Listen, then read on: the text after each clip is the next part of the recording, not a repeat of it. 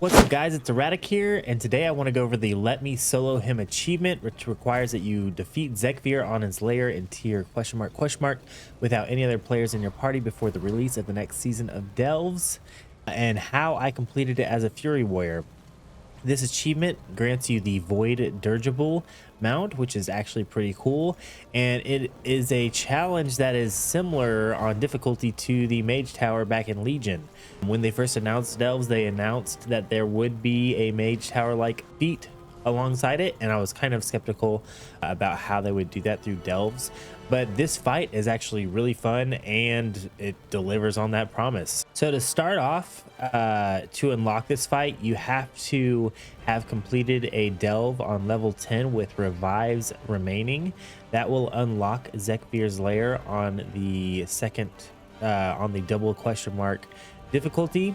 Zekvir's Lair can be found down here in the City of Threads in the southwest corner of Azkahet, and hopefully if you're watching this video you've already completed him on the single ?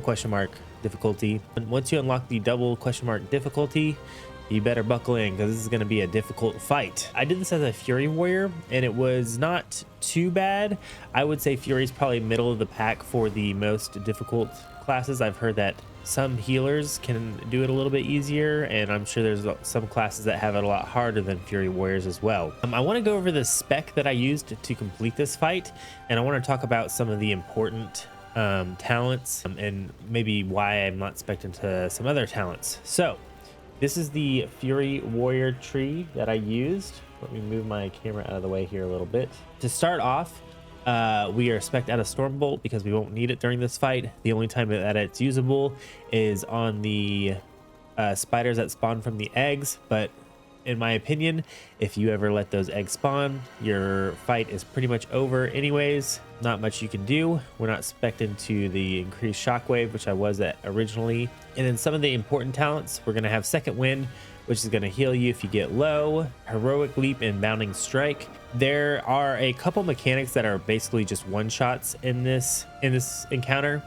We're basically going to want to interrupt his heal every single time, and we're not going to have the cooldown on Pummel that we need in order to be able to interrupt both the heal and the poison cast that he does. I say poison, but it's actually a magic debuff.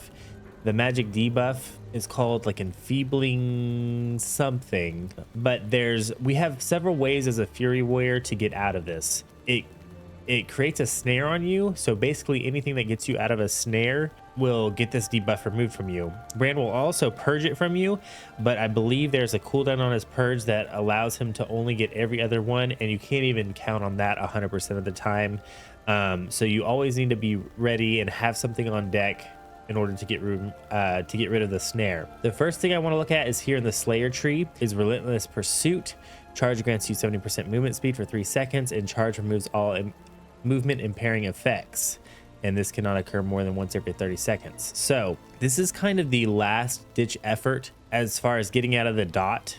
So if Bran can't purge you and you don't have any of your other abilities that get you out of snares, I will Heroic Leap away and charge in unless you have something else you can charge to. This is something you always have in your backhand, so even if you don't have any cooldowns, you can hopefully get away and charge it to get rid of the snare. And then we have all of our regular warrior cooldowns that get you out of snare. So Avatar will get you out of movement impairing effects. Blade Storm gets you out of movement impairing effects. And then because of this talent down here, Titan's Torment, activating Avatar casts Odin Fury, and activating Odin's Fury grants 4 seconds of Avatar. This will get you out of roots as well. This is kind of Odin's Fury is kind of what I always use as my #1 for getting out of the snare during this fight. So I will basically try to keep this on cooldown. Anytime I get the debuff on me, I will use Odin's Fury to proc Avatar to get me out of the snare.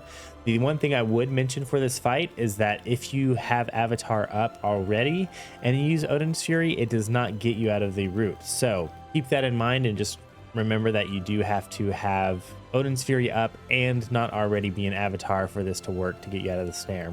As for the rest of the talents, you kind of do enough passive healing through these talent trees in order to be able to complete the fight without ever needing to use Enraged Regeneration. He does hit pretty hard in melee, but he does cast abilities often enough that he's not always hitting you, and you're usually able to heal up in between his melee hits.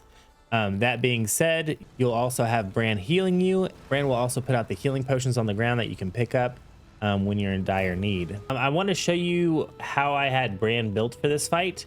My Bran is currently level 38. I had him selected as a healer. For the combat curio, I use the porcelain arrowhead idol, and I only have rank 1 of 4. I tried out a couple different builds. I really liked the light touch idol, but I guess I completed this on porcelain arrow. I didn't remember that I had that on. But this basically just gives you a chance to critically strike them an additional 20% during the fight, which is really good. I think it's completable with quite a few different talents, but that was the one I used. And then for the utility curio, I use the amorphous relic, which increases your size by 20%, max health by 20%, and damage and healing done by 12%. And or it makes you miniature, reducing your size by 20%, increasing your movement speed by 20%, and your haste by 12%. So both of these are very good for this fight.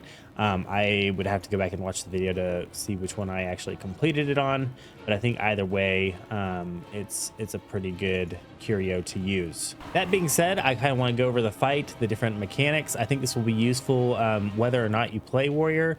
I'll go over each of the mechanics in each of the phases, and then I'm just going to show you a raw video of my kill, so you can kind of see how crazy it is. It's a very fun fight, but it's also very stressful. It probably took me 3 or 4 hours of the tries to get this done. I did it at 613 eye level with kind of just a general Mythic Plus, AoE build, with a couple tweaks that I kind of talked about earlier. I actually didn't take Bitter Immunity. It's a 3-minute cooldown, and I kind of felt like if I needed to use it, then I was probably losing the fight already. But this is one that you could definitely look at picking up if you think you might be able to get some use out of it. But yeah, with that being said, let's look into the fight. All right, so in phase 1, he has a couple of abilities. The first one is going to be Claw Smash. This is one that is just an AoE frontal cone that does a ton of damage. If you get hit by this is an instant one-shot, and there's just nothing you can do about it. You need to be ready to heroic leap out of it if you're far away from him. Usually you can just sidestep out of it. The biggest issue is like maybe when you get on an egg and you're not right next to Zekvir, so you're at the largest part of the cone, you will need to have heroic leap ready and up to be able to leap out of this, because you won't have enough time to just walk out of it. So that being said, for the most part, you want to stay near to Zekvir as much as possible. I think one of the biggest lessons I learned throughout this fight is that I don't want to run to the eggs to break them. You want to kind of bring Zekvir over to the egg and then start breaking it. It's kind of stressful because the eggs do need a good amount of DPS to be able to break them before they hatch. And I try to always have some sort of CD up for the eggs. But yeah, if you like charge to an egg and then he starts casting the cone, that is something that wiped me several times throughout this fight. The next ability is going to be the Horrendous Roar ability. This is just a huge circle that goes around him, and then he will fear you. In phase 2, we'll get into that a little bit later. There are some orbs that go out that do a one-shot at the end of this cast, but in phase 1, you just want to get out of the circle, and then you can charge right back in. The next ability is the Enfeebling Spittle. This is what I was talking about earlier. It is a magic debuff that does a huge amount of damage over 20 seconds. It's very, very hard to live through the entire debuff, even with Bran healing you, even with potions up, even using Enduring Rage, or even using Frenzied Regeneration. You have to get this debuff off of you as soon as possible. Like I said, I think Bran can purge you of it every other cast. So on the first cast of the dungeon, just let Bran get it off of you, and then on the second cast is when you need to for sure have a cooldown up to get out of it. Like I said, Avatar, Odin's Fury, Blade Storm, these will all get you out of the debuff, and then charging will also get you out of the debuff. So you just need to have one of these ready, and you need to kind of keep it in the back of your mind when these are coming up, how you're going to handle it. Angler's Web is just a frontal cone ability. I don't know that I ever really got hit by this. I don't know if it's a one-shot or not. I think it like stuns you for a few seconds. You just don't want to get hit by it. It's pretty self-explanatory. This is probably his easiest mechanic to dodge. He will do a call web terror. This will spawn an egg somewhere in the room, and you will kind of be able to see where this web goes off into the distance. You want to be moving over to the egg as quickly as possible, but kind of like I mentioned earlier, you don't want to like leap over to the egg and have him start casting, you know, his claw ability to where you can't get out of the cone. So you want to drag Zekvir over to the egg and DPS it down as quick as possible. If a spider spawns, they will have a cast that stuns you for 5 seconds, and you can't really use your pummel on that cast, because if you do, then you won't have one up for his heal, which is super detrimental as well. Regenerating Carapace is what heals him. You have to interrupt every single one of these. Yes, you can still complete the fight if one goes off, but I think he gets some sort of damage buff, although I don't see like a icon show up for it, but it always feels like he does a lot more damage for a short amount of time after he gets one of these off. This is honestly the most important mechanic in the whole fight. I would say you need to interrupt every single one of these to have a really good clean fight. And I think maybe even in this kill, I let one get off and still completed it. So it's not the end of the world, but this should be your highest priority, making sure you always have a pummel up to interrupt this. The hardest part of this fight is when certain things overlap. So like when you, and I would say honestly, the biggest thing is the egg cocoons hatching.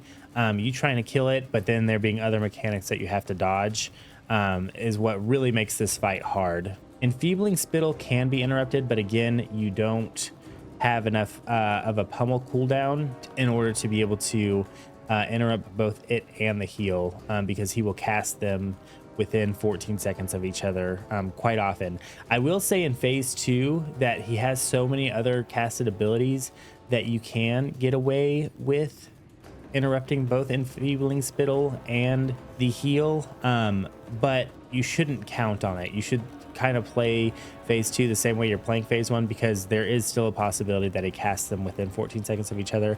And in phase 2, the Enfeebling Spittle or the heal does a lot more healing, and again, I think it gives him a damage buff. That really is all of phase 1 though, so let's move on to phase 2. At around 60%, he will move to the middle of the room and cast Black Blood. This will empower him, giving him additional abilities that he'll cast, and will, I think, increase his damage maybe a little bit. In my opinion, phase 2 is actually easier. You're not taking as much constant melee damage, and it's really more about dodging abilities so that you don't take damage, rather than just having to deal with all the melee damage and manage that. While he's in the middle of phasing, he'll take 99% less damage. If you don't have any other mechanics up, I would still go ahead and just do as much damage as you can without using cooldowns, because you still can reduce his health by like 2 or 3% during this phasing. But for example, if you have like a web up that you need to break, make sure you get that done before he starts the next phase. Or maybe if Bran has one of his eggs up, you can break it in the middle of this phase, just so that once he does come up, you have that extra pet for more damage. One of the first things about this new phase is he will cast Unending Spines. This will put up brown swirlies across the room. You just have to dodge them. It also spawns these like purple void circles. They don't do anything to my knowledge, except for make it harder to view the phase. I think that is the only intention of them, but if you recognize them doing something else during this, feel free to let me know down in the comments. You still have Enfeebling Spittle to deal with. We've already talked about that. Again, the webs will come out that you have to break. Still the same thing. You want to bring Zekvir over to them and damage them.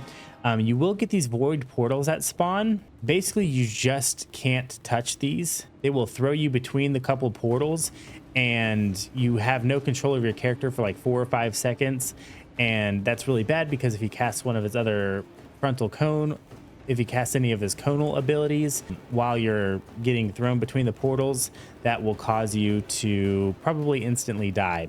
In the second phase, his heal is called Blood-Infused Carapace. This one you absolutely have to stop. It heals him for like 20%, and it feels so bad if he gets it off. And I believe that's all the new mechanics in this phase. So really, it's just dodging the mechanics. Oh, the last thing I want to mention is the fear in this phase will spawn 4 portals that will shoot out, spheres at the end of his infinite horror cast.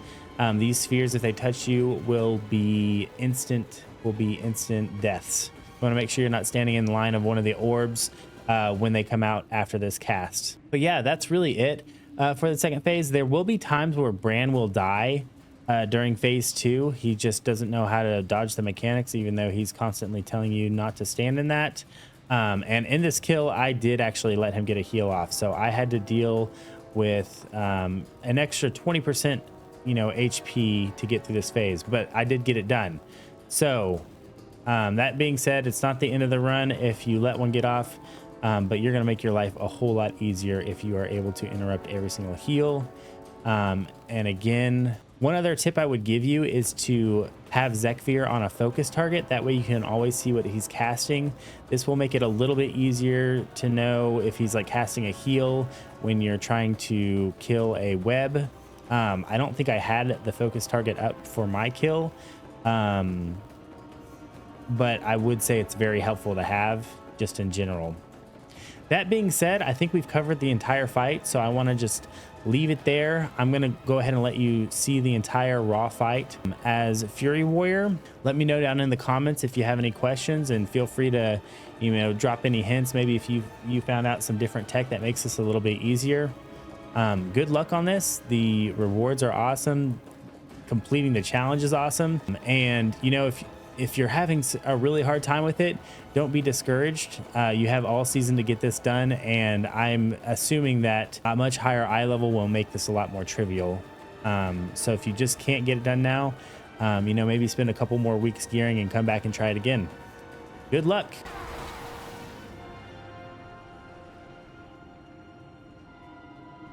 You're meddling.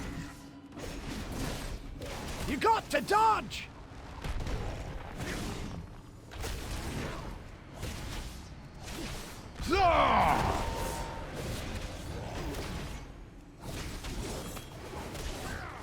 You won't hit us with that one! None can evade my ways. That which crawls and creeps.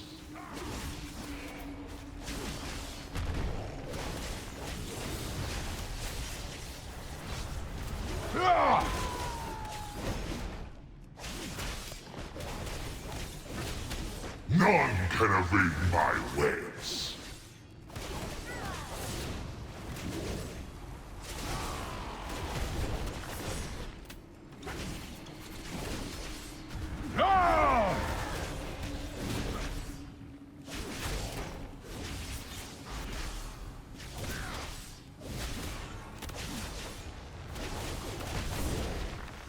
None can evade my ways. That which crawls and creeps.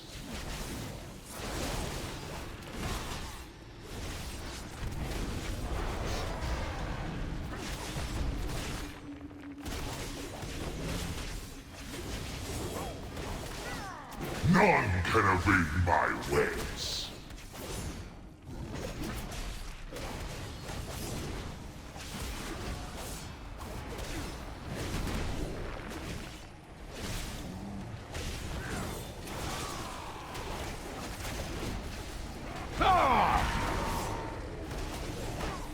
None can evade my ways. That which crawls and creeps. Now behold the power granted to me.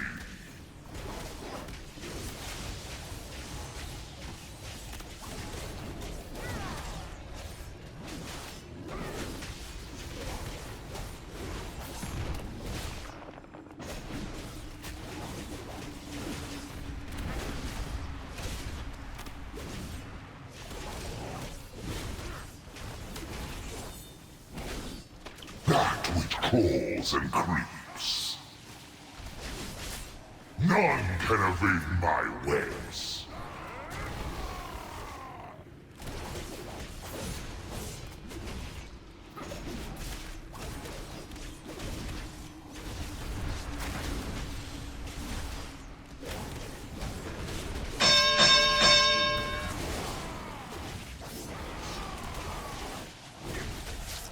None can evade my ways.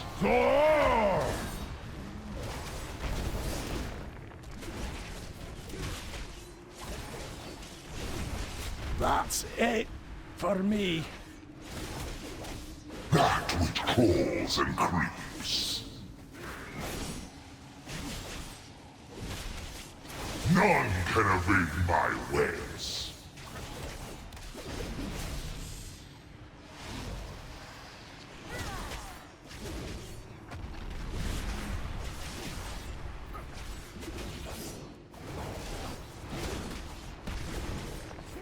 A little too close for my taste.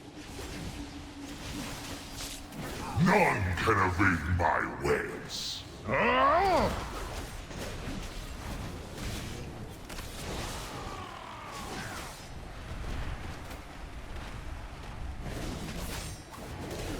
That which crawls and creeps.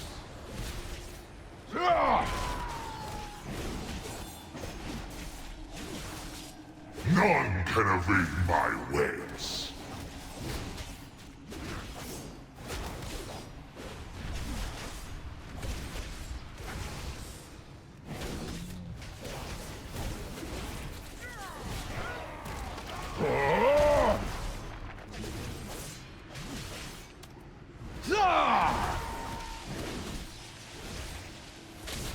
None can evade my ways.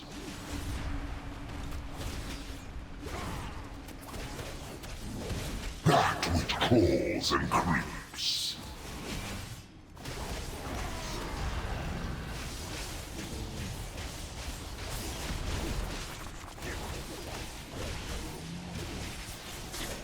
None can evade my ways.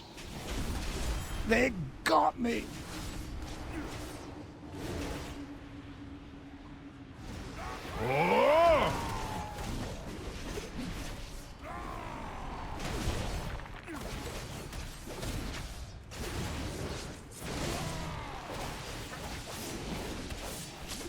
None can evade my ways.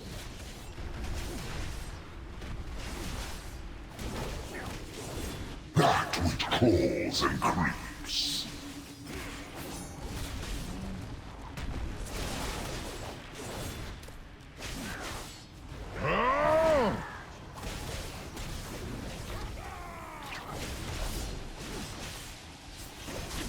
None can evade my ways.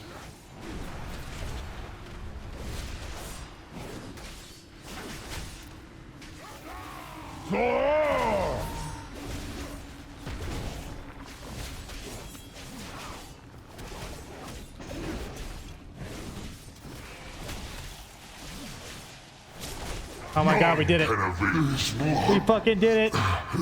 Oh, So cold. oh my god.